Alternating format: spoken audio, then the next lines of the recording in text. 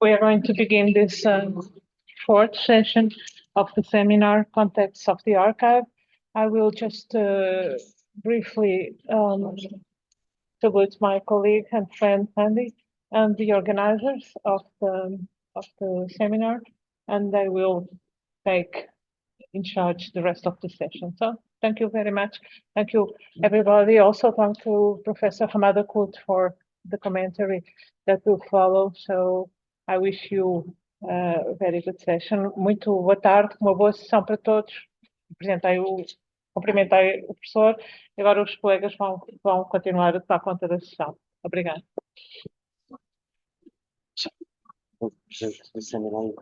Okay.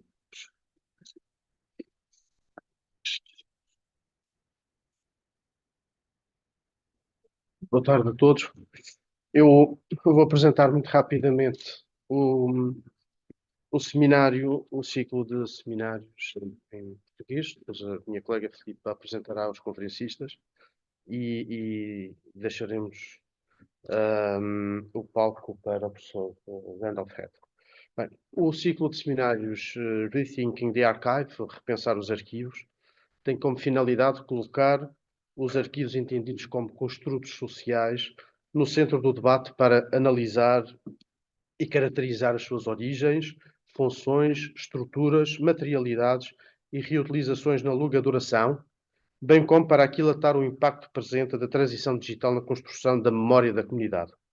Neste espaço de debate inter e multidisciplinar, que decorre entre outubro de 2023 e abril de 2024, pretendemos promover um encontro entre a arquivística histórica, a história, as ciências da informação e os archival studies, no sentido de contribuir para o enriquecimento da reflexão teórica e metodológica em torno do conceito de arquivo e das suas relações com diversas áreas do saber, procurando colmatar uma necessidade que se faz sentir no panorama científico nacional. Ao ritmo de uma sessão por mês, são trazidas à discussão por investigadores de renome internacional diversas subtemáticas previamente selecionadas pelos coordenadores do ciclo. A análise e os comentários de cada sessão serão efetuados por investigadores séniores do panorama português, mas também com projeção internacional, no sentido de contribuir para encurtar as fronteiras que possam subsistir no panorama científico global. Os textos resultantes das 6 sessões serão publicados em 2024 num e-book, sujeito a revisão por pares sob o título do seminário. No final deste ciclo de debates, em julho de 2024, realizar-se-á também o Vinculum Project Archival Colloquium, cuja organização já se encontra a decorrer. Portanto, muito obrigado a todos por terem vindo. Eu vou passar a palavra à minha colega Filipe. Boa tarde a todos. Cabe-me a mim apresentar estes ilustres convidados de hoje, o professor Randolph Head, que é professor emérito da Universidade da Califórnia, Riverside, que é um especialista em História Moderna e, entre as diversas temáticas que tem vindo a abordar, tem dado especial destaque à história dos arquivos e das práticas arquivísticas. O seu livro Making Archives in Early Modern Europe é uma referência. Ele tem uma longa história de colaboração com o Grupo de Arquivística Histórica e também tem colaborado diversas vezes em projetos liderados pela professora Maria de Lourdes Rosa. Hoje será mais uma vez convidado para nos trazer aqui uma reflexão sobre os contextos do arquivo ou dos arquivos, tendo em conta aquilo que é a sua investigação feita ao longo dos últimos anos. E para comentar a conferência do professor Randolph Head, teremos aqui o professor Ramada Curto, que é catedrático da Faculdade de Ciências Sociais e Humanas, investigador do IPRI, também um historiador de renome, que tem-se dedicado ao estudo da globalização, à história dos impérios, à história das ideias, da cultura política e também à história do livro e da leitura, e pelos diálogos interdisciplinares que tem empreendido. Desta vez nós vamos desafiá-lo a dialogar com a teoria arquivística e com a história dos arquivos. Portanto, vamos passar a palavra aos nossos convidados. Vamos começar então pelo professor Randolph Head. You can go ahead and begin your conference. Thank you so much. Thank you. Thank you, Maria Abel, for the invitation, and thank you for the Torre de Tombo. I have been lucky enough to do some research, not that much, but also to attend several conferences, and thank you all for coming this afternoon.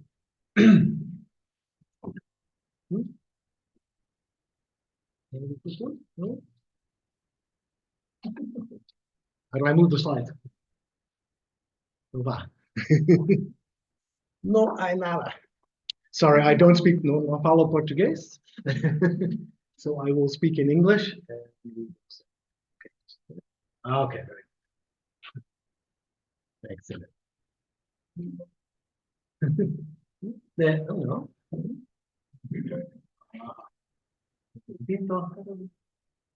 There we go. Okay. When Professor Rosa invited me to give a talk on archives in context, I was honored, of course, and also began reflecting on what such a talk should cover. Since I'm a historian by disciplinary, my first thought was to speak on the historical context of early modern European archives, which I have been studying for about 2 decades.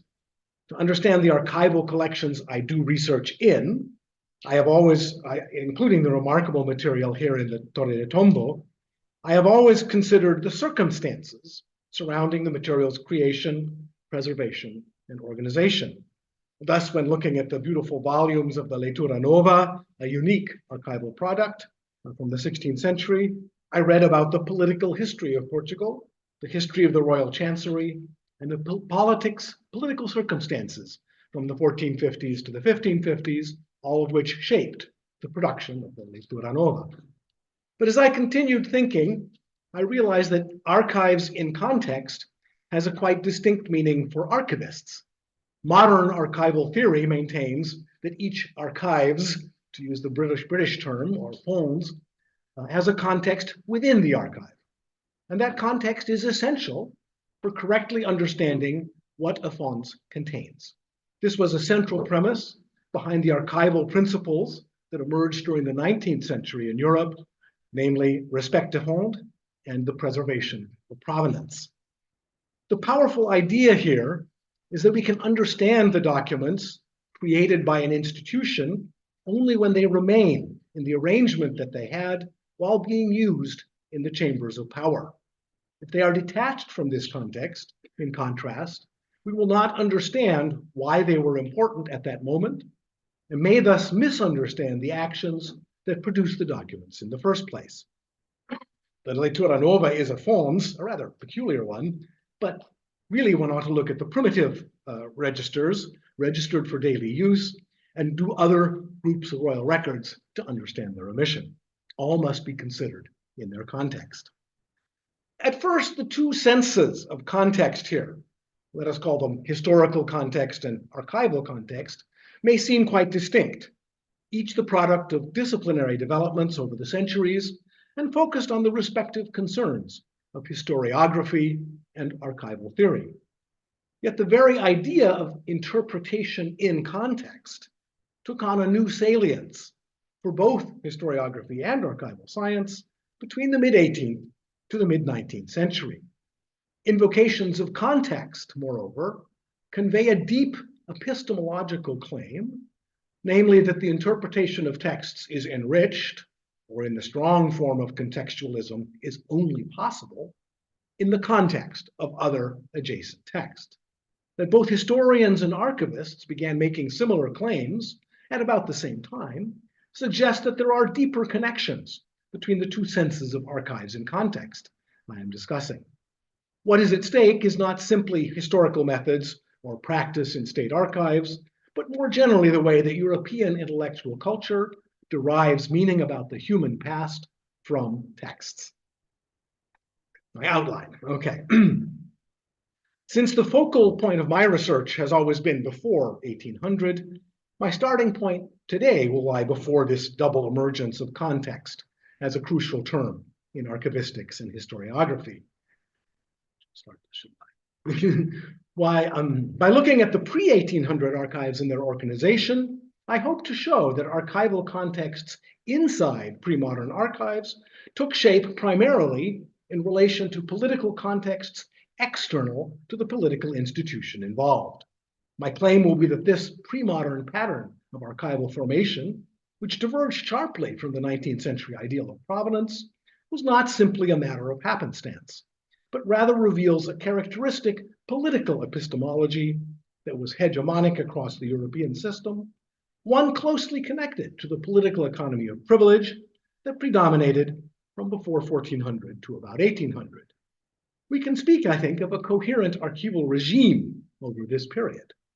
Examining that regime in turn can be a way to diagnose the deep structures of early modern European political culture. And it's been very much my research strategy for years, with all of its inequalities, oppression, and instability, as well as its growth, innovations, and changes.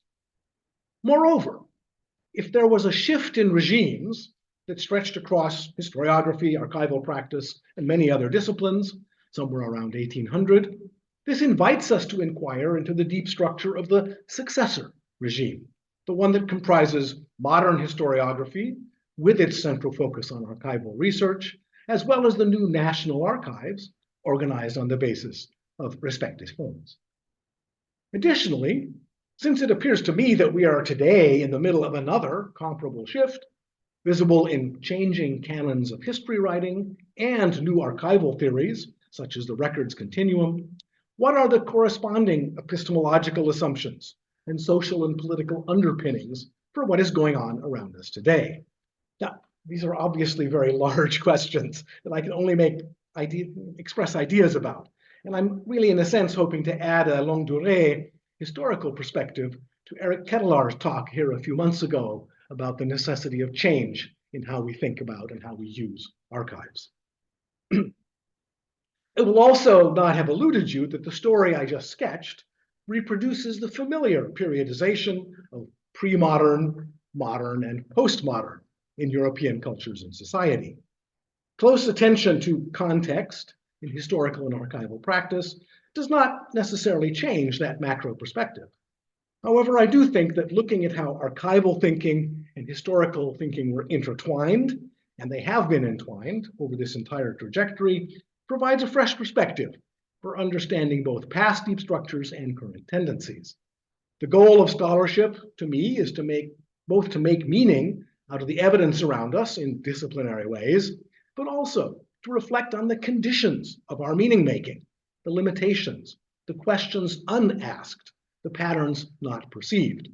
Looking at archival regimes as a historian, dependent on archives myself, adds a recursive and dynamic angle to long-standing modes or models of transformative change.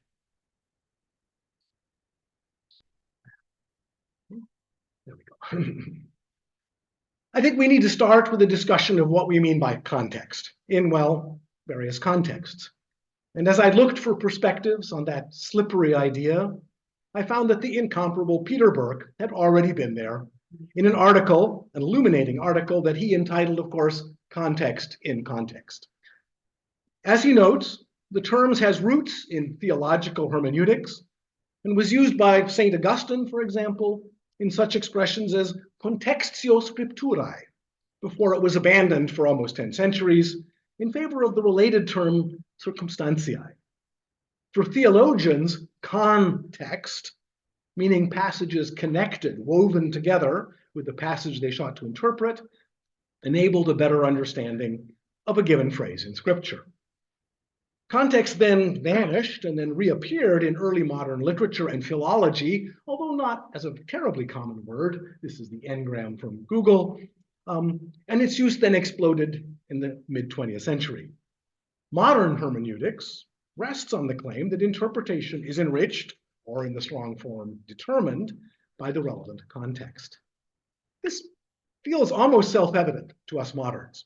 Words don't exist in a vacuum, but are connected with other phenomena, starting with other words that precede or follow them, and extending, in Burke's words, to the time, place, public, and so forth, to the circumstances. Nevertheless, there are schools of theology and philosophy that have denied that context is relevant to interpretation in favor of various forms of essentialism or formalism. The importance of context for interpretation, again, for us moderns, was amplified, I think, when Roman Jakobson and the other linguists showed that the very sounds that make up words are not objective phonic phenomena, but rather consist in relationships with other phonemes. The same physical vibrations are interpreted differently, depending on the context. Modern historians, meanwhile, have long assumed that context, by which we mean anything from other documents to global trends, is central to the interpretation of any historical evidence. The claim that meaning making depends not only on text but also on context is slippery, though. The problem lies in the word I used a moment ago. What are the relevant words, texts, or circumstances that should guide a reader in interpretation? I quote Burke here, as you can see. The concept of context is one that has been defined precisely or vaguely, narrowly or broadly, and employed in both a flexible and in a rigid manner. Context is often regarded as local, but the idea of global context is also in circulation. It might well be asked, what is not context? And I got stuck on that for a while as I was working on this paper. Context is everything.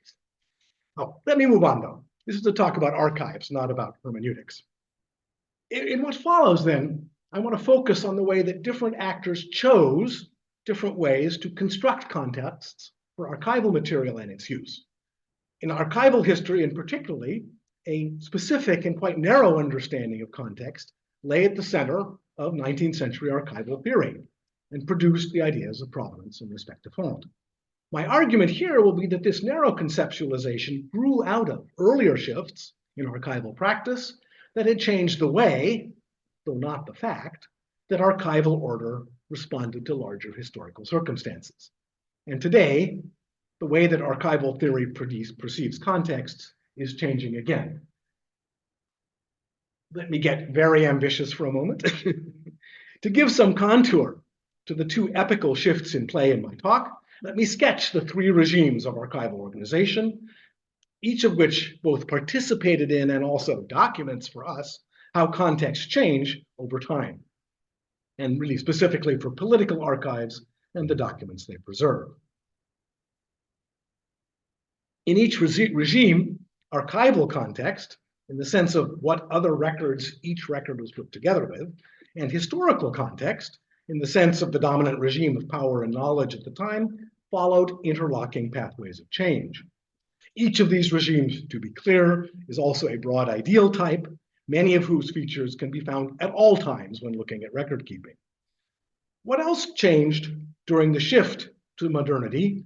The political foundations, the economic system, the information ecology, the global network, or many other possibilities, has been debated endlessly since the Enlightenment, and it's not my subject here.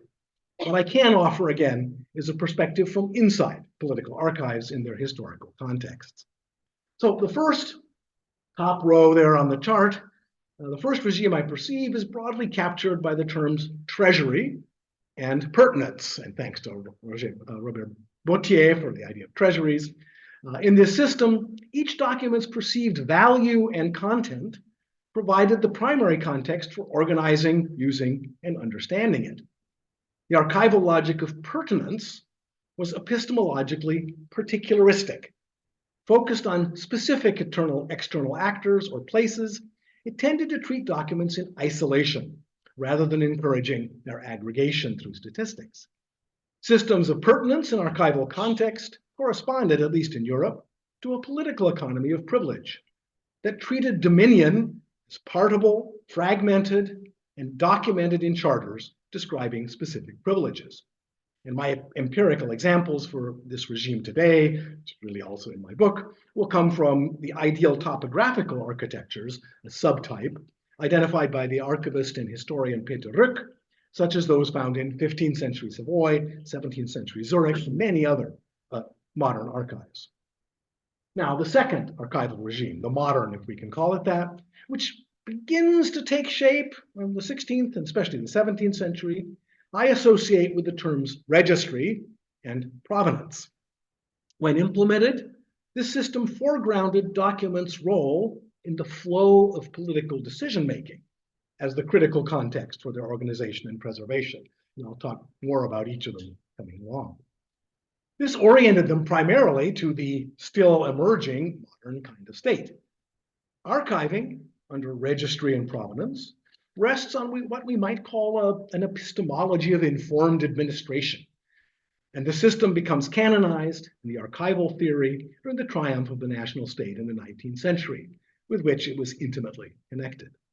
In archival practice, this system is seen especially clearly in German and Dutch Registratur, form of archival management, whose sophisticated internally oriented organization of files, not just records, but files, created coherent provenances for archiving.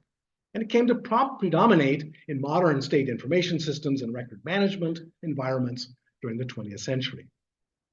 The third row here, still emerging archival regime that I perceive has developed recently, in part in the work of archival thinkers whose commitments to subaltern, community, and indigenous records has pushed them away from the administrative state.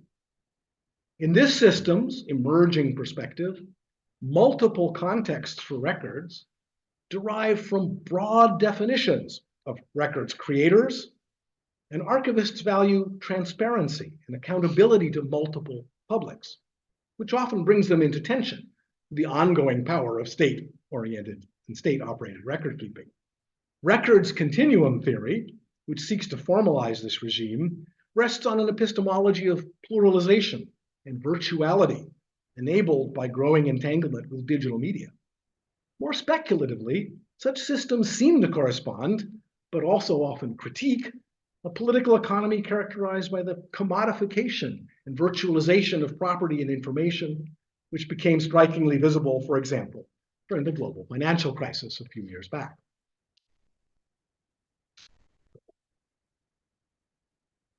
Historical context. Now we move back into the period before 1800. Let us turn first to the first pre-modern archival and historical regime. Two characteristics of political dominion in late medieval Europe provided the historical context for the way political actors accumulated and managed written records to sustain their power. The first, with deep roots in the past, was that control over land and people was managed through a complex discourse of privileges. Privileges imagined as grants of authority, licensed from above, were a way to formalize the profound fragmentation of political control that characterized Western Europe after the 9th century. Originally attached primarily to people, privileges documented the flow of parcelized authority among political actors that included not only emperors and kings, but lords, monasteries, and eventually corporate entities like towns and even villages. The flow of privileges, large and small, encouraged the use of writing, and centers of authority created treasuries of those privileges that established their legitimacy and the scope of their control. The second tendency, which accelerated in the later Middle Ages, was the territorialization of dominion.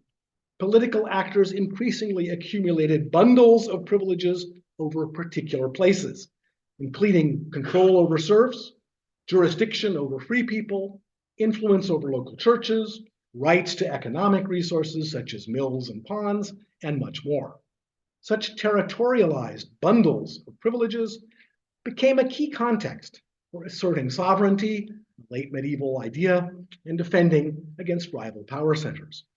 At the same time, we must admit, power remained deeply entangled with interpersonal networks, mediated by noble houses and corporate institutions, leading to a complex tapestry, overlapping jurisdictions, and endless litigation, which further drove the increase in written records. The clerks responsible for preserving and organizing, right slide here? Yes. The clerks responsible for preserving and organizing the tide of charters by which the economy of privilege worked generally chose to organize their hoards in relation to the landscape of privilege. Archival spaces could reflect those giving or receiving privileges, higher lords or neighboring authorities, or the divisions of territory created by bundles of privileges. The chests, armoires, and register books that filled late medieval archives were subdivided into such spaces, and new information specialists, archivists, or registrators gathered documents that they saw as connected into separate boxes, or copied them into differentiated sections of registers according to the content of the privileges that the charters documented. That is, according to their pertinence, what they were about. Through archivists' work, therefore, document repositories came to mirror the structure of jurisdictions, alliances, and hierarchies in a ruler's political sphere, along with the domains where the ruler claimed control.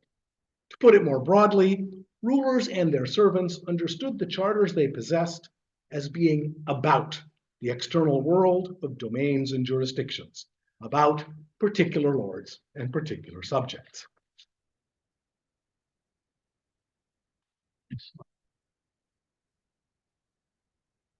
I want to talk a little bit now about the contribution, which was seminal for my own work at least, of Peter Rück, a German-Swiss archivist and professor of history, whose career united historical and archival disciplines to an unusual degree, making him a seminal figure for historical studies of European archives in the late 20th century. The massive reorganization of the Savoyard archives in Chambéry, undertaken in the 1440s, known as the Clairvaux Register, provided a perfect case for Rück's analysis, and it's his habilitation as a academic that was studied in those who studied there.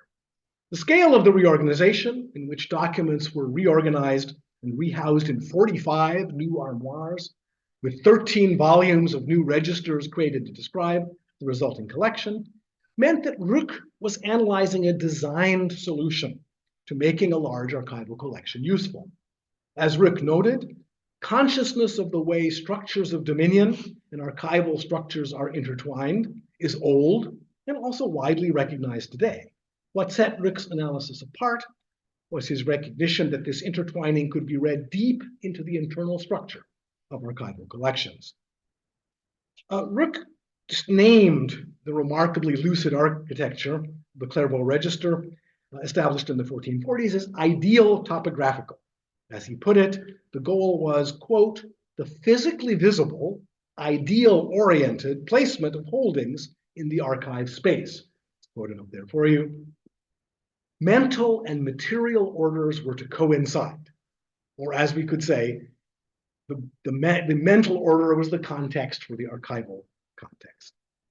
The Savoy archive after this reorganization was characterized by precisely articulated spaces that mirrored dominion in late medieval Europe. In a second step, this same order was reproduced in book form finding aids. Let us look at this architecture in a little more detail. The first armoire, armoire number 1, contained boxes with charters and documents pertaining to Savoy's interaction, the House of Savoy's interactions with the papacy. The next box pertained to archbishops, the next 2 to bishops, and so on down the ecclesiastical hierarchy. Starting in armoire 7, the Holy Roman and Greek emperors started a new sequence, followed by kings, dauphins, dukes, and cities in that order. The result was a double mirroring. The hierarchy of actors, the ideal hierarchy of actors in Europe's spiritual and political hierarchies, defined specific archival contexts, namely boxes in the archive, that also corresponded to pages in the register. A second part of the archive, this was the larger part, armoires 14 through 45, accommodated documents about the House of Savoy's own dominion over others. Here, the logic became more muddled, in keeping with the tangled reality of Savoyard domains, and struck between Italy and France. The House of Savoy had quite a mess. The sequence of cabinets did not correspond to any bird's eye mapping of Savoyard territory. Rather, it was the relationship of the ruling family to complexes of privileges and authority that provided the critical context. The dynasty's internal records came first, including testaments, marriage contracts, and appanage, then records about directly ruled domains, the bailievats, and then the domains of subordinate lords and areas where Savoy possessed specific privileges, but not dominion. We should also not overlook that correspondence between archival spaces and external contexts ran in both directions. The order of the archive not only mirrored the idealized order of the world, but it also supported and recirculated that order through the archive's role in administration and litigation. Archival context was defined by dominion over spaces, and the resulting archive also supported the reproduction of spatial divisions, in some cases right down to the present. Rück's analysis then helps us understand how the archival context of documents was derived from external political contexts through the principle of pertinence. The critical reason for such connections was to enable not only the preservation, but also the finding of documents for use in contention over specific places, people, and privileges. Late medieval sources about archives are replete with references to finding, often using terms such as facilitas adveniendi, echoing the word of scholastic reference books, which emphasize the same qualities.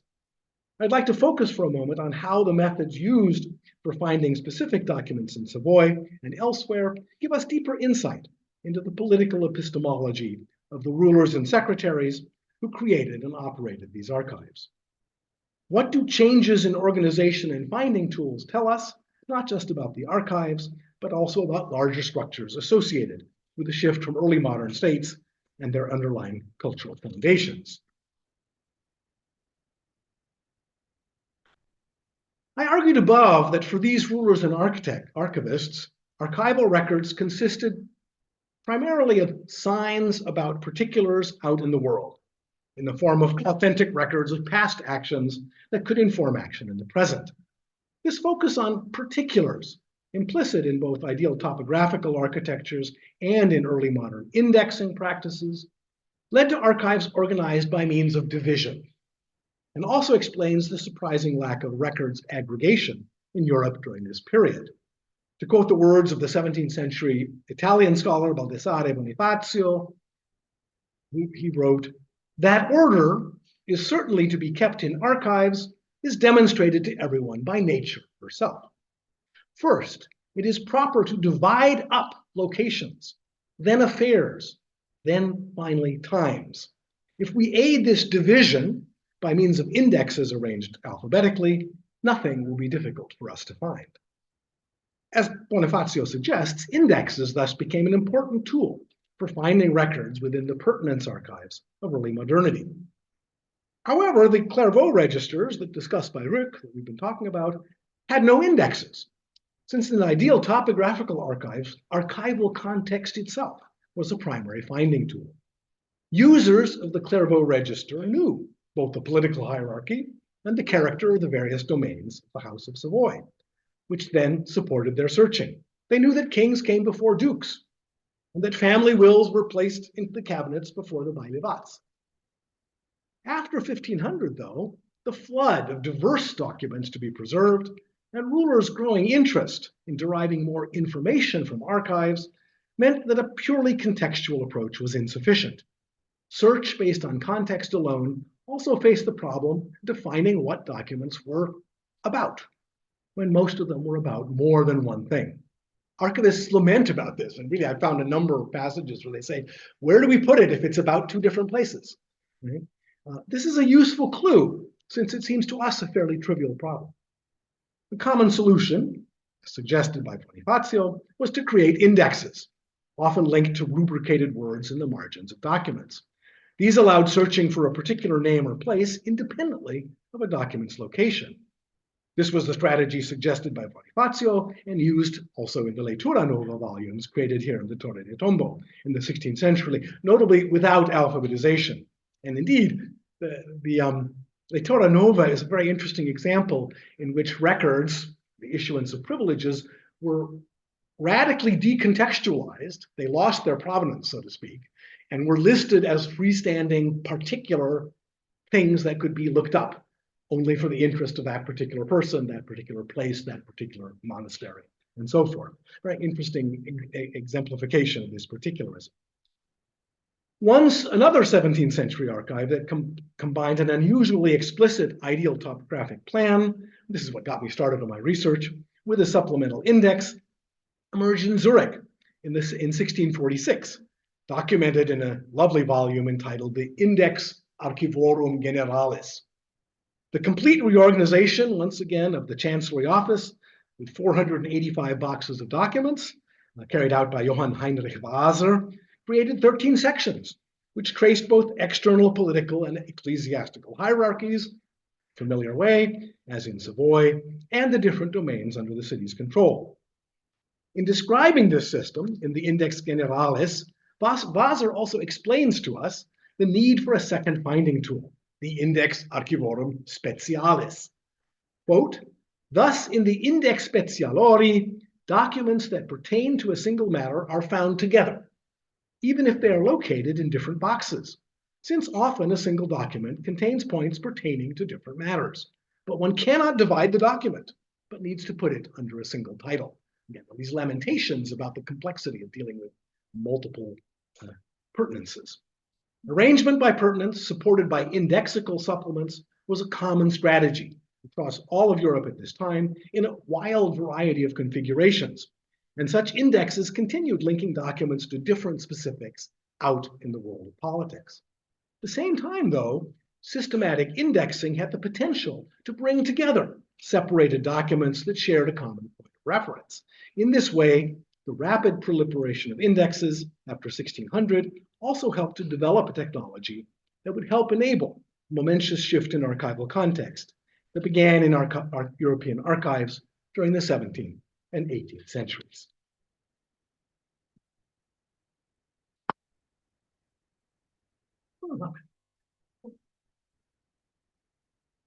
So let's go beyond pertinence. In societies and regimes that conceptualized politics in the language of privilege, a parcelizing approach to political knowledge long prevailed. But over time, the growing info lust, to use Anne Blair's term, of rulers and functionaries made the limitations of existing archival epistemology increasingly apparent, not to mention the complete chaos found in most archives, especially in larger administrations. Although it is impossible to point to a single sharp break, a fundamental shift in practice began in the 17th century. Some state archivists, seeking coherence for their oceans of documents in the face of demands from the rulers of Europe's first information states, began to organize documents primarily in relation to their place in a state's decision-making process. In relation to the state's decision-making process. This shift produced assemblages of records that were different in their form, their content, and their organization. From being evidence about particulars in the world, records became evidence about the process by which a state dealt with the world, which also helped make the new state institutions visible and legible. To be understood properly, records in such a system had to remain connected to the offices, agents, and pathways that received, produced, and annotated them, because their context of creation was now seen as essential for using them. Such dependence on documentary context became a fundamental component of provenance in archival theory, as it took shape later. During the 17th and 18th centuries, chancelleries increased their ability to manage documents consistently, and thus to track matters of interest out in the world. The general term for this development, for me at least, is registry, and it has been studied most systematically in the German lands and the Netherlands, although it was at work among all larger archival systems in Europe. Three key features characterize the new archival context that administrators began creating more systematically in their registries. First, new administrative bodies or structures were dedicated to managing documents. So dedicated document management is an important first step, and the information in them, separately from the chancelleries where documents were produced and used. Second, documents were organized in ways that privileged the internal processes of the state involved. Third, these documents were intentionally held accessible to provide useful information to rulers and their agents, rather than being kept in treasuries to be pulled out for litigation. Registry focused record keepers' attention on making and executing decisions within a political apparatus, rather than on contexts and particulars outside the apparatus. In a registry, the outside world became raw material for state action, rather than providing the framework that shaped the internal architecture of archives. The book form protocols that European cities began creating in the High Middle Ages were proto-registries in some ways, as Eric Ketelaar, Ernst Pitz, and others have shown. Items and protocols were entered chronologically, which centered each record on its connection to the city in a specific functional context, rather than oriented to external circumstances. Registers and protocol books in various political units grew in volume and became more differentiated, more specialized over the 16th century, creating new archival contexts related to state functions or political functions. More and more metadata was added on records placed records in context defined by offices, councils, or other state institutions. Such registers reveal that their creators were beginning to understand the state, an abstract entity in principle, as the actor that provided the most important context. A clear example of this new orientation in a moderately sized archive appeared during a complete archival reorganization in the city of Lucerne, Switzerland in 1698. And in all of my work, I found reorganizations particularly fruitful for seeing what was changing. In place of a system of boxes based on pertinence, the city secretary, Johann Karl Balthasar, removed many old documents into an old archive that would no longer grow, rather like the Trésor des Chartes in France, and then rearranged his storage system for new records, not according to actors or places, but according to the functions of his city-state, such as commerce, military affairs. The system was also designed to allow extensive and detailed indexing of names and places, which were still important after all, so that a single document or a single entry in a protocol could have multiple index entries. And in a nice example of the sad history of early modern archives, they never finished the index. So the entire collection became entirely chaotic because they had rearranged it all but didn't have an index. There you go. This is a very ideal type that I'm going to tell you a little bit more and get towards as we go here. In Brandenburg, Prussia, famous as sort of the high church of bureaucracy in the 18th and 19th centuries, a key step took place in the early 17th century, when a dedicated office, the Registratur, that's the German version, began managing not only the old records of the chancery, but the ongoing paperwork of the electorate's new secret council, the new political core of Brandenburg, Prussia, thus tying record keeping very tightly to the business of the realm. After 1639, then, a new archivist, Christoph Schönbeck, created a new set of comprehensive categories for keeping all kinds of records.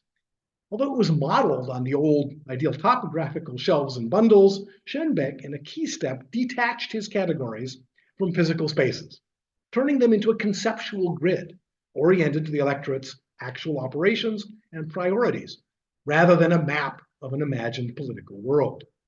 Another key step was to enforce the shared set of categories on the secret council's own secretaries. As a result, records and files could be smoothly transferred out of the council's office when they were closed, yet easily accessed later, linking the council and the archive in the execution of the state's business.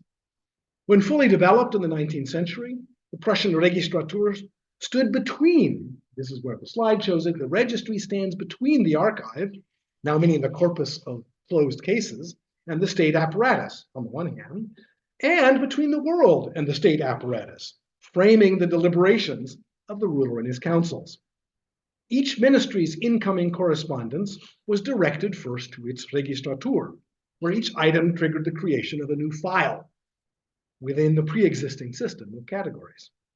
Whether a petition from a subject, a query from a lower court about how to handle a case, or a bill for river dredging, each incoming document went into the same system. The Registratur added relevant past documents from the archive to the file, and then routed it. And we all live in this world where documents have to be routed digitally. You all know that. Well, this is the beginning of that. Documents had to be routed to the appropriate officers and councils for deliberation and decision. The authority's decision and the final communication of the outcome also entered the same file in the registry, all documented according to a complex tracking system. In other words, the state was the context for the archive's operations, while the archive provided contexts for the questions the state faced. In this system, evidence from the external world became raw material that entered the state's preview through the registry. The registry file enabled a decision by the ruler. The subject's petition was denied. The court was instructed how to sentence someone, and the dredger's bill was paid, or returned for further proof of work completed. People and places in the world were still vital to an administration that operated in this mode.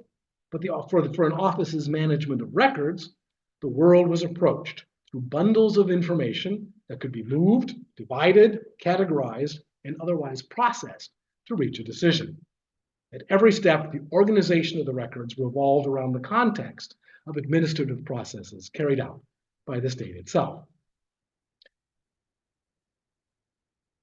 Now, the archival principles that correspond to this system are provenance and respect to fond. Provenance argues that if state records are meaningful primarily in the context of state processes, then only preservation of the order created by the state will preserve their intelligibility. If removed from their transactional context, their meaning will be corrupted or lost. Therefore, the shift from pertinence to provenance in archival theory marks the shift from records as evidence about the world to records as evidence about administrative processes by which the state deals with the world. The principle of respect to fond follows. The way that an office assembled and annotated records is part of their informational value. Moreover, the offices involved expended great effort in indexing their case files, effort that would go lost, indeed, which all too often did go lost during badly designed reorganizations, unless the body of files and indexes were kept together as a whole.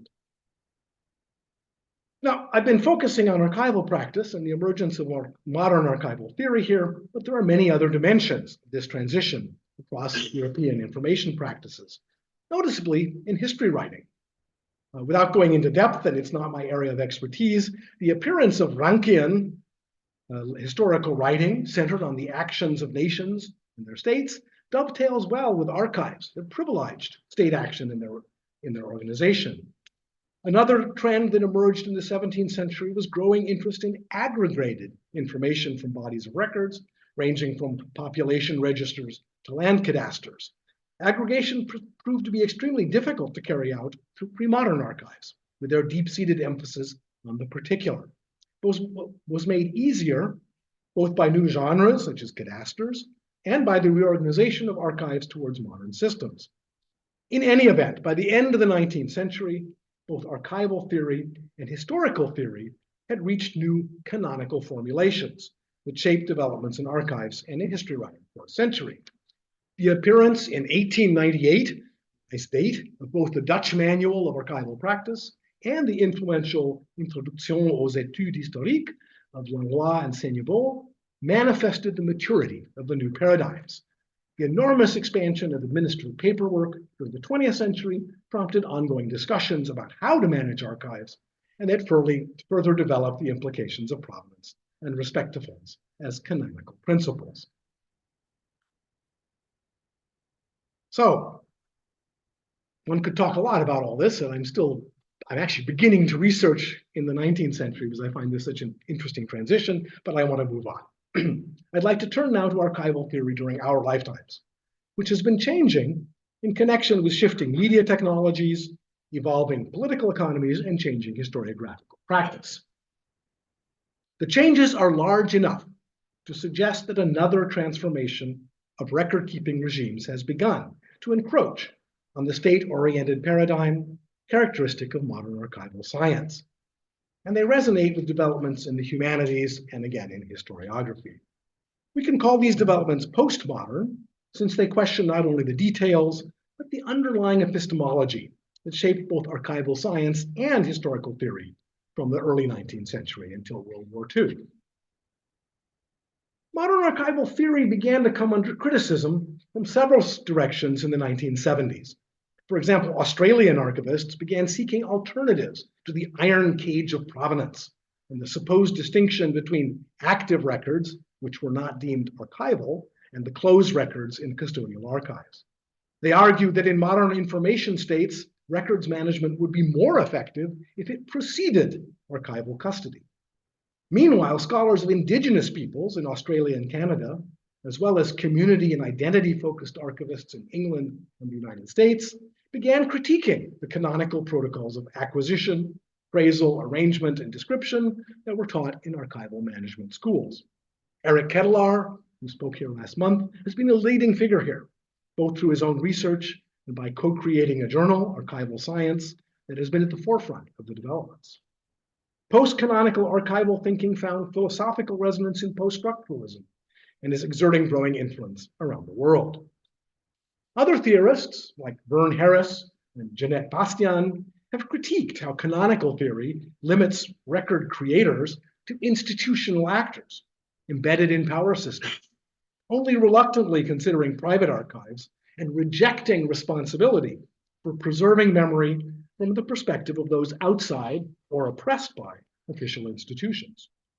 Those seeking to archive or preserve the memories of marginalized communities have called for an archival theory that supports community archives as well as state archives. Anne Gilliland and Sue McCamish, Australian again, have emphasized that archivist duties include promoting transparency and social accountability on state organs, not just documenting their operations for internal use. All these developments have been inflected by the rapid spread of digital record keeping and storage, which also throws up new challenges for authentication, appraisal, and the long-term preservation of records. New forms, such as databases, seem to put the whole idea of provenance into question, since records from a database are dynamic and may be created ad hoc by queries to an underlying file that is constantly changing. And these are way over my head in terms of archival science, but this is certainly what those of you who are archivists face every day. An effort to theorize this appears in the records continuum model. In this emerging archival regime, how do new archival contexts connect with political, social, and cultural contexts, both in content and in organization? If not oriented to the operations of a state, what should be the guiding principle of post-modern archival organization? The records continuum model, which I'm still working on understanding, seeks to create a new framework for archival context altogether, drawing on systems theory to view the relevant context for records in archives not as fixed, but rather as dynamic and constantly evolving. In the words of Frank Upward, archivists need to, quote, move from the object, the thing, in a general metaphysical view, and create a more dynamic, relational view of the processes that form the object, including the archivist's own ongoing involvement in the formation of archives as a sociocultural resource. So the archivist, in this view, is constantly reshaping the context of archival material. This is a complex theory, but its central point is that multiple contexts shape the trajectory of archival records and collection, shaped by issues of usership, time, and space. In contrast to the iron law of provenance, the business of an office is the only relevant context for affluence, records continuum theory argues that context is not fixed, but can be analyzed dynamically over time. Records creators are no longer limited to official producers and state offices, but encompass the subjects as well as the makers of records, especially in situations of power difference and oppression. Shifting perspectives on record makers and record users have been shaping some of the new digital platforms for managing archival and cultural resource material. The platform called Mukurdu, for example, rejects the idea of panoptical access confined to official gatekeepers, the archivists, as guardians of a treasure that they might or might not let you see. It is built instead on the idea of differential access to materials depending on the identity of the seeker. Mukurdu was originally designed for indigenous communities, seeking to catalog their documents and material culture in ways that respected their own boundaries of legitimate access. For example, documents and objects can be restricted to tribal members or members of a particular clan or age class, or specified as intended for women only. Mukurdu's goal of ensuring, this is from their own webpage, that, quote, you can tell your stories and history your own way, leaves behind the positivist claims associated with modern archival theory. Like its predecessors, I'm getting very speculative here and also near the end, post-canonical archival practice also resonates with an emerging political economy. If early modern archiving reflected a political economy of privilege, and modern archiving a political economy of capitalist states, then the new archival science appears to correspond to our emerging political economy, resting on the commodification of information. This became visible, for example, in the so-called MERS, M-E-R-S, electronic mortgage registry in the United States, which broke down spectacularly in the wake of the 2008 financial crisis. MERS, and I had a mortgage that was registered with MERS, was created to allow financial claims resting on mortgages on property, traditionally documented in local county offices, to be commodified and infinitely subdivided into collateralized debt obligations and residential mortgage-backed securities, so-called securitization. So very local and traditionally documented processes about the control of property, the very heart of archiving, had suddenly been virtualized and handed off to a private organization. Digital registry allowed the value of property to be completely abstracted for use in financial markets, at least until those markets collapsed. After 2008, however, the absence of diplomatically valid chains of transfer, in fact, the securities, people who sold the securities never owned the mortgages, and there was a tremendous problem there, led to a crisis of forged signatures and litigation in the United States, since the law did not recognize the record-keeping practices, MERS. And of course, the new archival theory resonates with current changes in how history is written. Renaissance historiography may have looked for the exemplary, virtuous, or vicious individuals. Modern historiography, and I think all those who are historians have to admit, has been driven about the narratives about the growth and character of states, even if we try to get away from that. Postmodern historiography allows multiple perspectives to reflect not only incommensurate perspectives on the world, but also the positionality of historians and the communities they belong to. These leave some questions open, which I want to close with. Every regime of archival context makes choices about what counts as context, and therefore generates constraints on or affordances for making meaning with documents. The regime of particularity that predominated until 1700 not only gave illiterate elites, backed by feudal power, a near monopoly over the ability to deploy documents, it also made the aggregate knowledge about European societies nearly impossible to compile. The regime of registry in the service of national states allowed information to be deployed on an enormous scale by nation states, even as it continued many of the exclusions of the prior regime. It also enabled new forms of surveillance and extraction from those outside state power, in part through the imposition of colonial information regimes on much of the world. Meanwhile, a key claim of records continuum theory is that, quote, while a record's content and structure can be seen as fixed, in terms of its contextualization, a record is always in the process of becoming. Such an archival, that's from McKemish, such an archival regime of differentiated access and plural contexts does face a risk of losing coherence, in parallel with critiques of postmodernism in other spheres. If context is not fixed, but depends on who is accessing a record by means of metadata that is different today than it will be tomorrow, how can any stability of meaning be possible? Are we headed to the world of Orwell's 1984, in which, quote,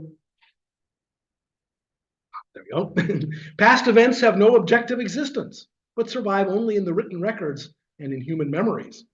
The past is whatever the records and the memories agree upon. And since the party is in full control of all records and equally full control of the minds of its members, it follows that the past is whatever the party chooses to make it. Yet, archival context in postmodern archiving is different from Orwell's totalitarianism. Unlike the party, archivists do not erase and replace documents to change the past. The implication of pluralized contexts, instead, is that the same words on the same piece of paper or parchment can generate different meanings for differently situated readers in differently structured archives, but without silencing other contexts and meanings. Managing archival records under such conditions raises new challenges for archivists, as it does for historians debating records' meaning. The purpose of new archival theories is to make these conditions visible, while protecting the fixed content and structure of records for the future. In the end, no regime by which we preserve and interrogate the human past will ever be free of contexts. Contexts in the past, contexts in the archive, and contexts in our present. Our goal in treating context as a matter of consciousness, reframing but not replacing archival records, is to free us for richer debate rather than binding us for increased control. Thank you very much.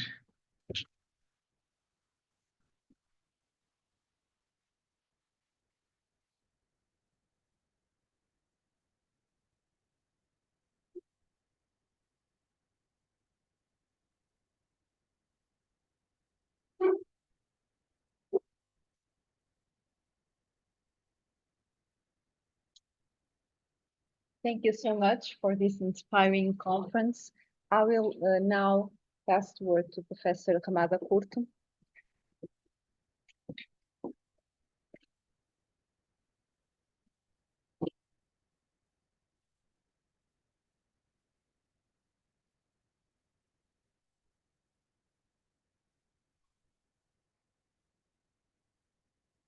I'd like to start with the special words to the organizers, Philippe, Abel, and mostly to Lourdes, and to thank Professor Randolph Head for this opportunity to be the responder of such rich paper, full of ideas and very difficult to contradict, actually. So. But I'd like to do in 20 minutes first a sort of abstracts of what I retained from the paper, then a small reference to the research design that I tried to follow, but I failed. And then I will retain three main topics in order to respond to the wonderful paper presented here. The first thing that I would like to retain concerns this conception of time through three regimes that Professor Head exposed to us. It was a very subtle way of dealing with three ideal types, three regimes, but at the same time, I think that this idea of dynamics in the long run, in the longue durée, was presented in ways that we all understand that some of the regimes were overlapping and were coexisting. And this is a very difficult thing to present, because we are attached to ways of thinking about time that are guided by chronological or periodological frames of time. And I think that the invitation of Professor Head with these three ideal types belongs to another way, to another perspective, and this is something that is very, very important. I mean, these three regimes, the first on privilege, multiple jurisdictions, localized spaces, for instance, overlaps since the beginning, actually, with the second regime, second archival regime related with state information, or the construction of an information state. And this is an important issue here in Iberia, because sometimes people make confusion and are praising mostly and are attending mostly to the multiple jurisdictions and are not attending to the forces that monopolized and centralized, in this case, information in terms of writing information and archival information. And the third regime, where we can find these non-official voices and these fragments and these voices more localized and more related with positionality of the historian on the one hand, and of the communities on the other hand. So the first point that I would like to retain here is about the nature and the way of conceptualizing these three regimes, three ideal types, not necessarily configurations in the sense of Elias, but in the sense of more of ideal types that are artificial concepts in order to understand a reality and in order to confront with a certain reality and the evidence from the archives. The second point that I would like to emphasize is about ways of conceiving each regime. And here, I mean, the first, I think, or the second tableau that was presented is very clear in terms of the different divisions. But I think that it's important to retain perhaps three dimensions. The first is about archives and the internal organization of the archives, from privilege to more general index. The second is about politics and the political economy, an expression that came out during the presentation several times and in the paper the same.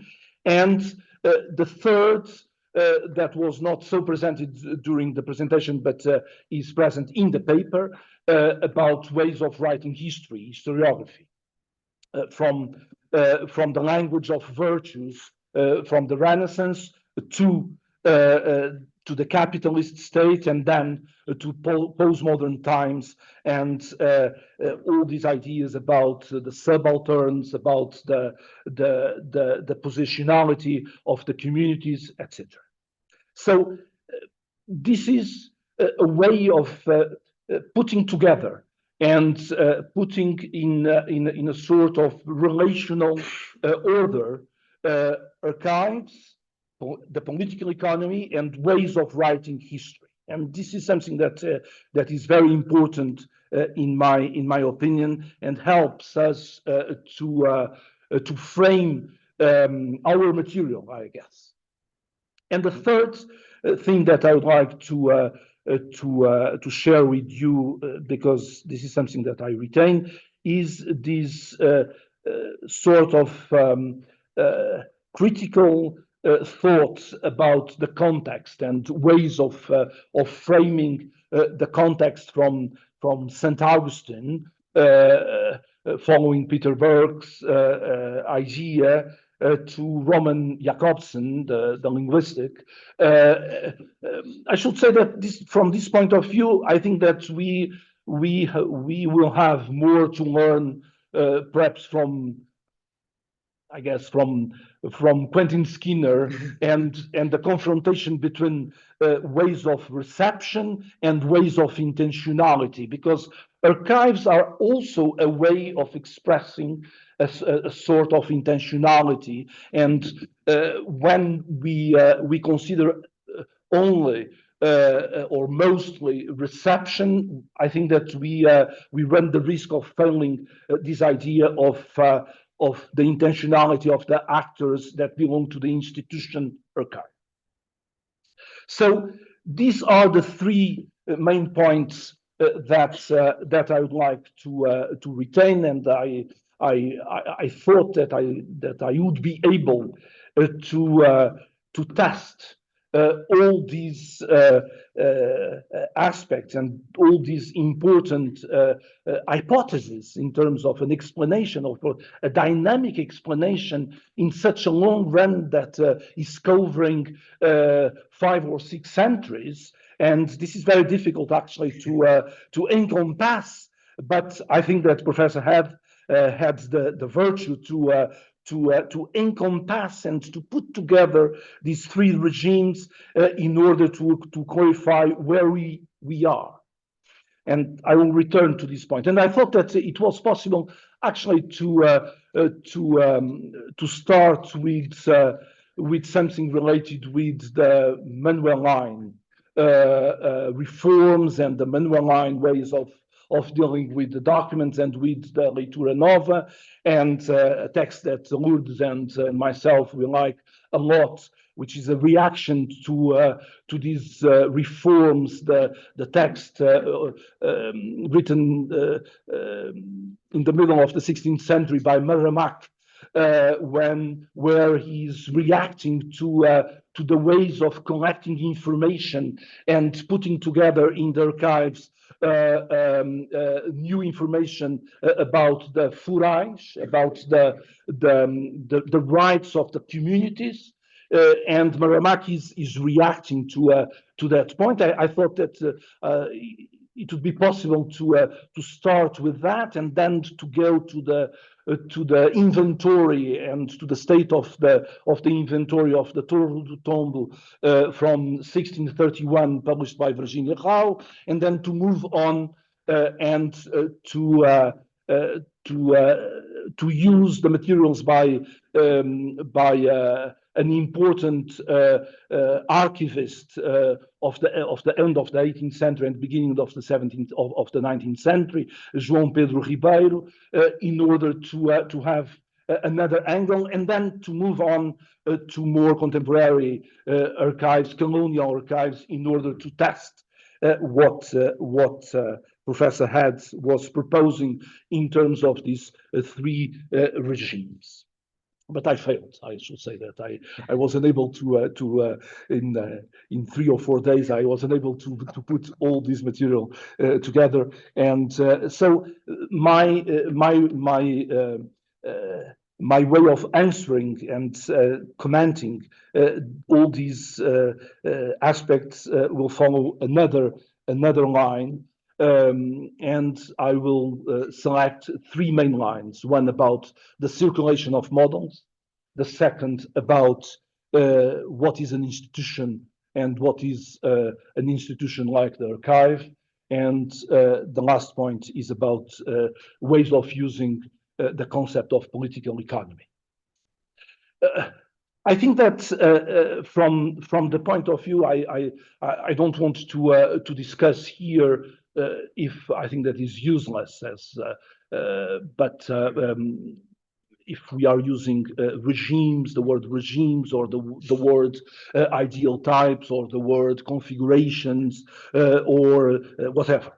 I think that what is important is to identify the models, in the case of Professor Head, the regimes that we are dealing with, and after that, I think that we have enough material to think about the circulation of these models, because we cannot presume that the circulation of these models in a European scale is only an affair provided by networks of knowledge.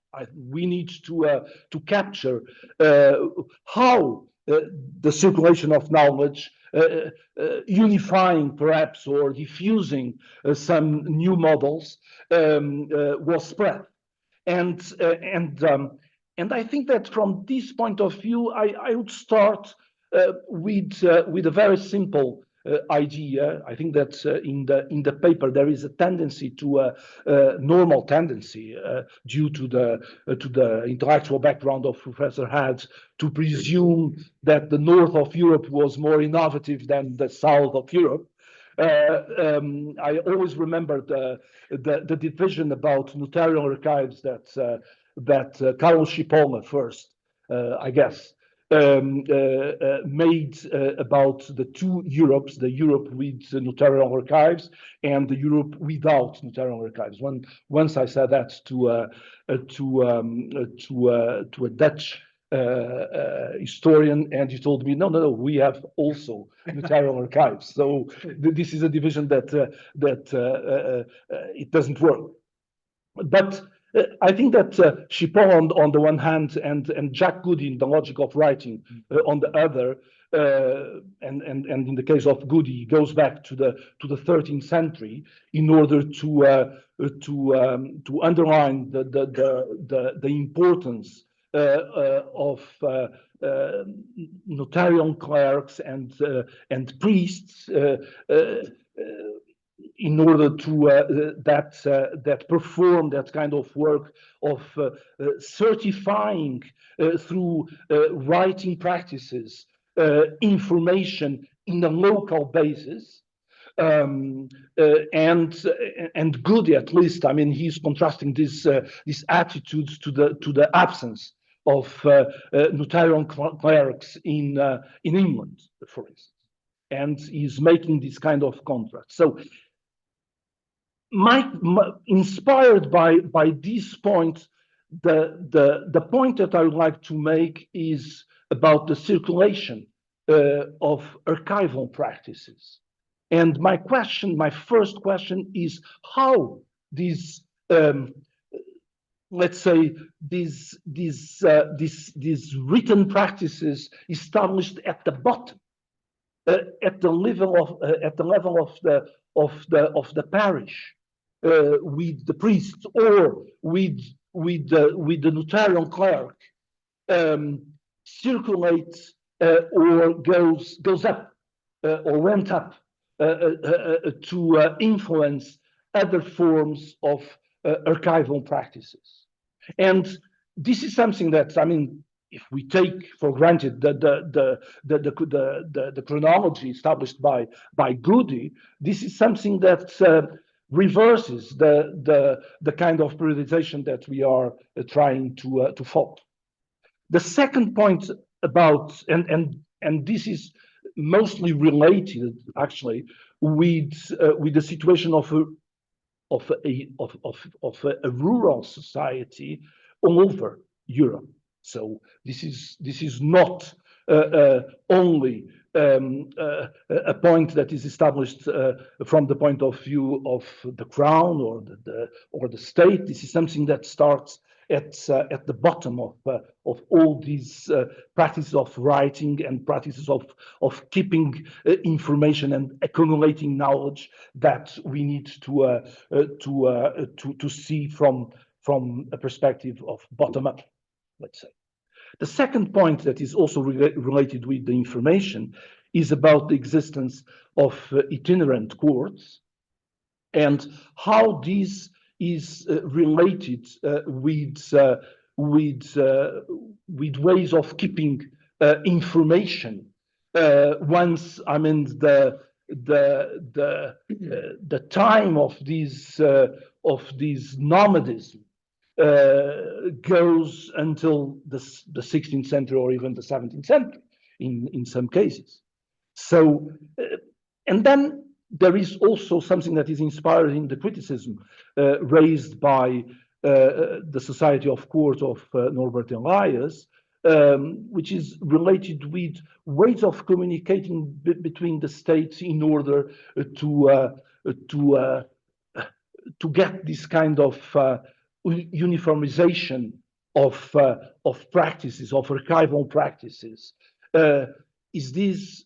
Was this something that circulated only among courts through diplomatic relations, or there are other ways of conceiving the circulation of knowledge regarding archival practices? So this is the first set of questions, but they are all related with the circulation of models. The second is about ways of what is in the basis of all this interrogation, in my opinion, what is in the basis of all these three regimes is an institution that is a dynamic institution. So the kind of archive that we can conceive regarding the 15th century is totally different from the archive that we can think about regarding the 19th century, and this was very clear in the paper and in the presentation. But still, how how can we, and this is also related with my document, the 1631 document about the Torre do Tombo and the situation, the chaotic situation of the Torre do Tombo, and the demand of new ways of writing indexes and other ways of cataloging the material and putting an order in this material. I think that there are different dimensions that were missing in the paper regarding from this point of view. And the first dimension, which is present in the Leitura Nova, is all these symbolic, all these apparatus, all these mostly ritual apparatus in aesthetic terms that is very heavy in different cases, not only in the Leitura Nova, not only in my document about the 1631 situation, but we can see that the investment, the aesthetic investment that ran in parallel to the symbolic apparatus was always a huge thing, and this is something that we cannot deal with like an ornament. No, this is something that plays a role in these points. Second point that I would like to emphasize, and this is something that is related with an institution and an ancien regime institution, that after the symbolic apparatus, we should consider not only the different forms of privilege, because the officials, the clerks working in an archival institution were also conceived as people with privilege. But at the same time, and this is my point, when we are dealing with privilege, we are always dealing also with the question of abuses. And so, which appears in the paper, I know, under the form of litigation. So when someone is despotic in the way of using his or her privilege, the abuse is there. But there is also a second point that is actually inspired by the way of Lawrence Stone reading the university, which is the dysfunctionality that is always present when we are dealing with institutions. And this is not necessarily a contemporary invention. This is something that people dealing with these institutions need to be confronted. And finally, I'm in trouble actually to accept, although I think that is a fabulous ideal type, this idea that we need to wait to our times to see how the voices of the subalterns came out from the archives. I think that the works first of Moi-Pierre Rivière de Foucault, then the Ginsburg and the Cheese and the Worms, and then the fiction from the archives, and then the figure. Actually, this is something that is related with the fact that when we are establishing for postmodern times, even in the archives, the date of 1970, we are always in trouble, because reading the La Pensée Sauvage by Lévi-Strauss, I mean, the idea of a patchwork, the idea of a combination of multiple forms is there in 1961 or 1962, I guess. So this is the reason why I think that institutions are also are always related with the victims, let's say. Always related also with the work of people under control. And this is something that can be applied not only for our times, but to the institutions as they were born in other centuries before us. And finally, the point about political economy. I think that here Professor Head claimed a sort of large understanding of what is political economy. There is the political economy of the privilege, the political economy of the information state, and then the political economy of the subalterns, let's say. But I think that notions about political economy should be taken perhaps in a more precise way in order to understand this shift from the two first archival regimes, precisely because political economy, let's say, that appears here in relation to the work in archives in the German territories or in the Netherlands through these notions of commerce, for instance, and the importance of the military. I mean, ways of thematizing, let's say, these two issues among other issues. I think that the only way to understand these fiscal regimes and inspired by works that Professor Head know pretty well, like for instance, Empire and Information by Chris Bailey,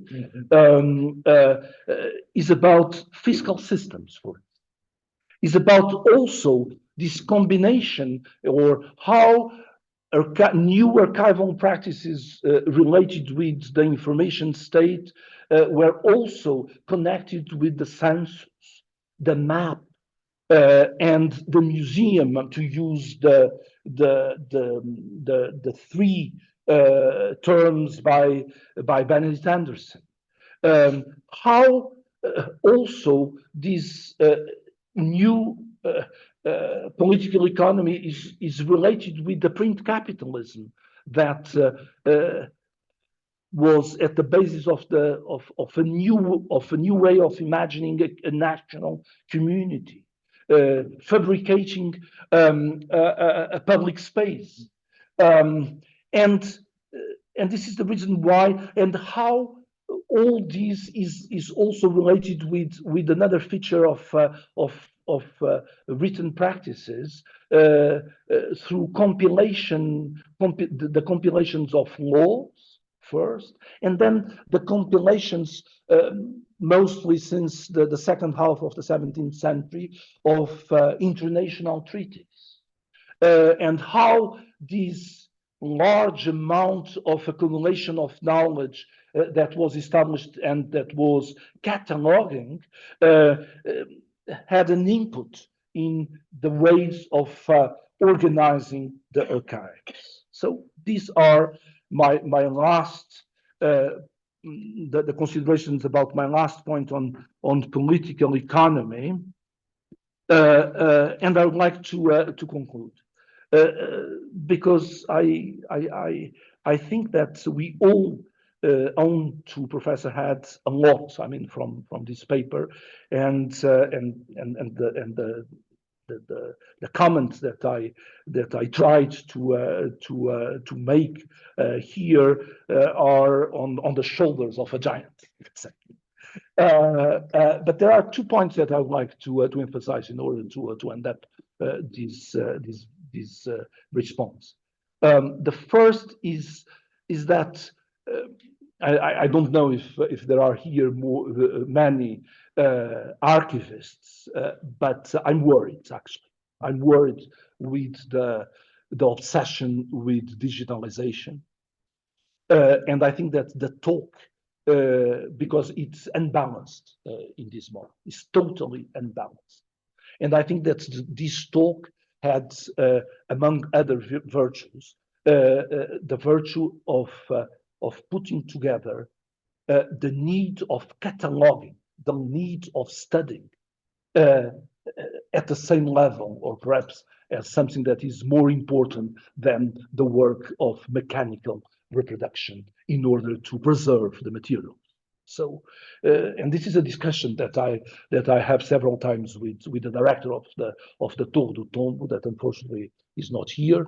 But I would like actually to transmit this kind of message, because this is the moment to put together both things. And the second point that I would like to emphasize relates precisely with what I was saying before. I mean, notions of a regime that is related with the privilege, with multiple jurisdictions, are not in contradiction with the role of monopoly played by the state, and by the state that is searching for information in order to take his own decisions, as Professor Head was, I'm quoting. So this is with a word of a grateful word, what I had to say about your paper. Thank you very much. I think we need to write a book together. Or two books. Or 5.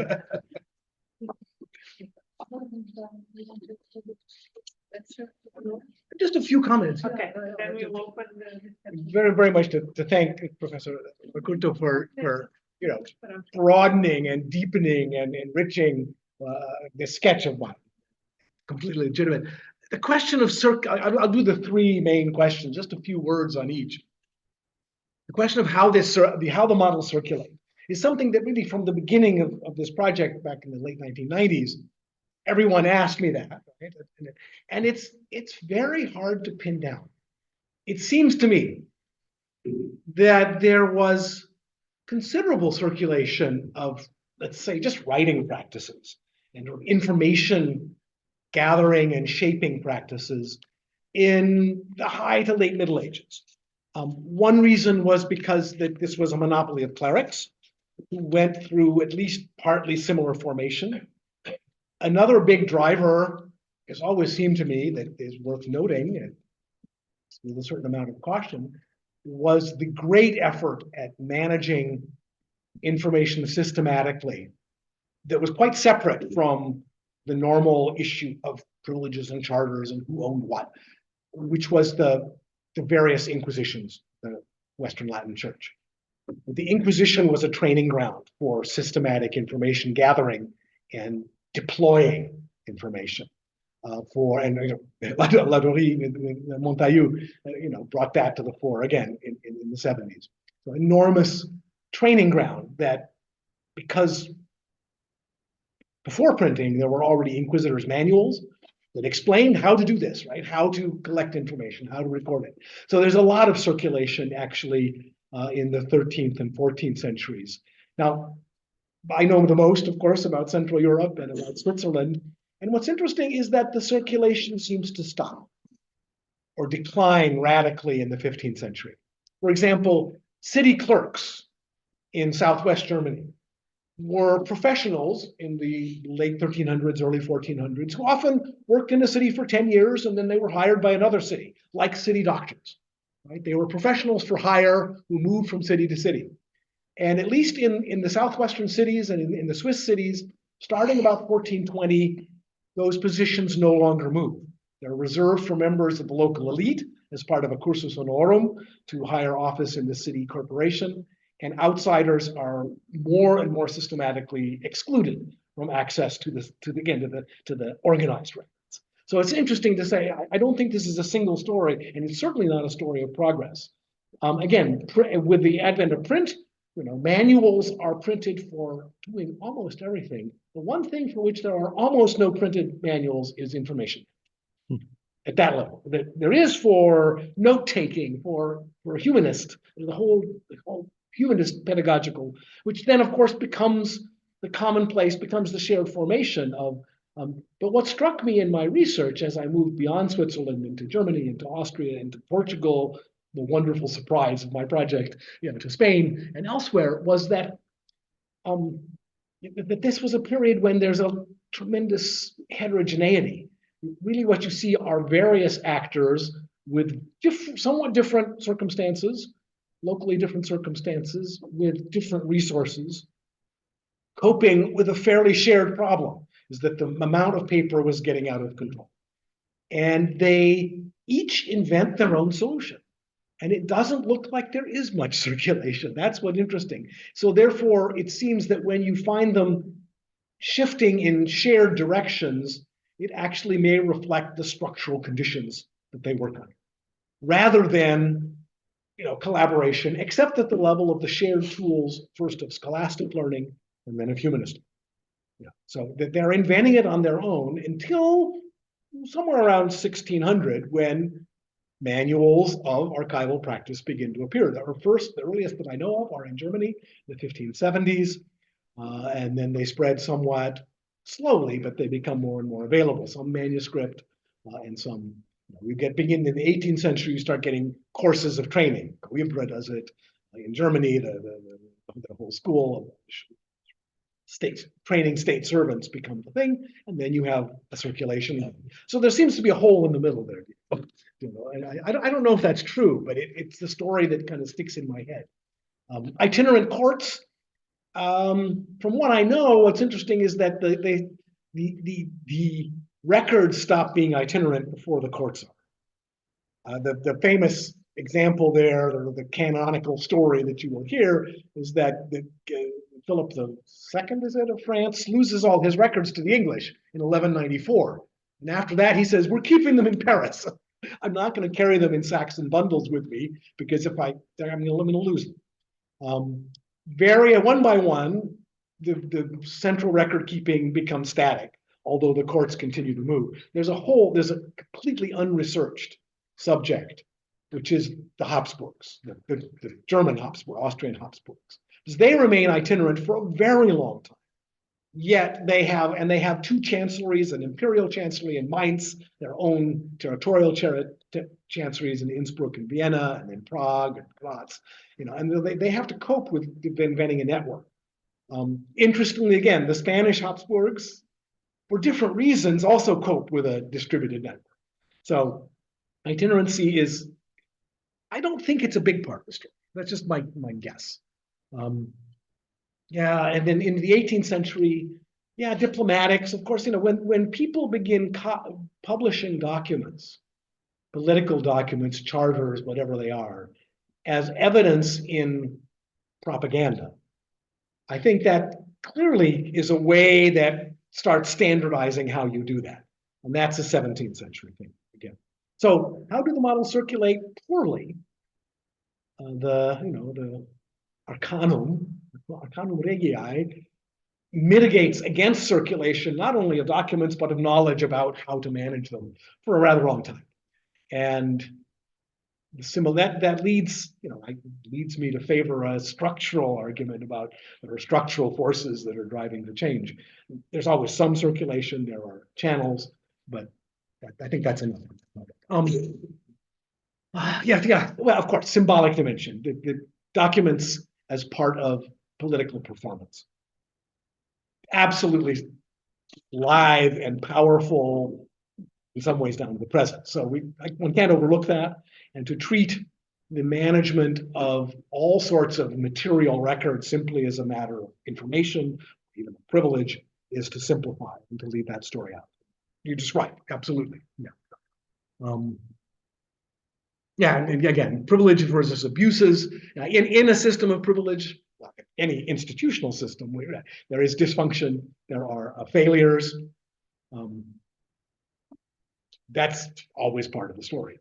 And I think that the pathway of my research, which was to look at these reorganizations, because that's where you see people starting from scratch and saying, tabula rasa, well, it's never a tabula rasa. At least they're saying we need to make deep changes and we're going to reorganize large amounts. That also focuses on the people who were the most functional and the most able to conceptualize. Because most people responsible for hordes of records never bothered. They just kept doing what they had been doing. And that often was disastrously dysfunctional. Again, the story in Brandenburg, Prussia, is that in this 1694, 1696, they couldn't find, the new elector could not find his father's will. I mean, they couldn't find the most elementary things. And that was the norm. And the places where they could find things were the exception, and those exceptions were, I think, temporary. And again, the Manualine in Portugal, I mean, the arc that goes from the first reformed chancelerias in the 1460s through the end of the Leitura Nova project in the 1550s, that arc was the exception. And then Portugal returned to normal, which was nobody could ever find anything in some ways. I don't know. Okay. Yes, I use the term political economy loosely. I'm absolutely right. One could, well, that's too big of a question to say very much about. But I guess, in a way, and I also used a term, since you mentioned Lévi-Strauss, Pensée sauvage, I also use the term deep structure, which is also a Lévi-Strauss term, And I was trained first in anthropology. And so Lévi-Strauss and then Goetz and then Weber were sort of the reference points. And it's interesting to have Weber in that same group, perhaps unusual. I thank my professor at the time, Mike Fisher. So I have as a scholar, my tendency is to look for deep structures. And the way that privilege is it provides a shared, not without contention, but a shared organizing principle for contention in, well, I don't want to speak about earlier, but like late medieval and early modern Europe, a shared language for carrying out many different kinds of disagreements gives it a kind of a deep structural function, the logic of privilege. I emphasize the term very much for my American students, because first of all, privilege is a very hot term in contemporary cultural debates, right? Let's give up our white privilege is something one hears all the time. But also is that it's always shocking to Americans when you say the Latin translation of privilege is freedom, or is libertas, right? The German translation of privilege is Freiheit. And that makes you realize how double-edged that term is and how complicated that relationship, and that some of our very deeply held and self-evident things like citizenship are, of course, privileges in the Ancien Regime sense. And so it's an important term to think about contemporary society as well. And again, that ideal types don't have ends. They overlap, they combine. But yet there's this period, this arc, 14 to 17 or 100 or so, when most actors in most debates reach for privilege as their mode of argumentation. So I guess I'm using it more as a deep structure than a political economy. But it works because it structures all sorts of spheres of society. So that's what I'm getting at in that. And with that, I think I'd like to stop and let all of you have more to say.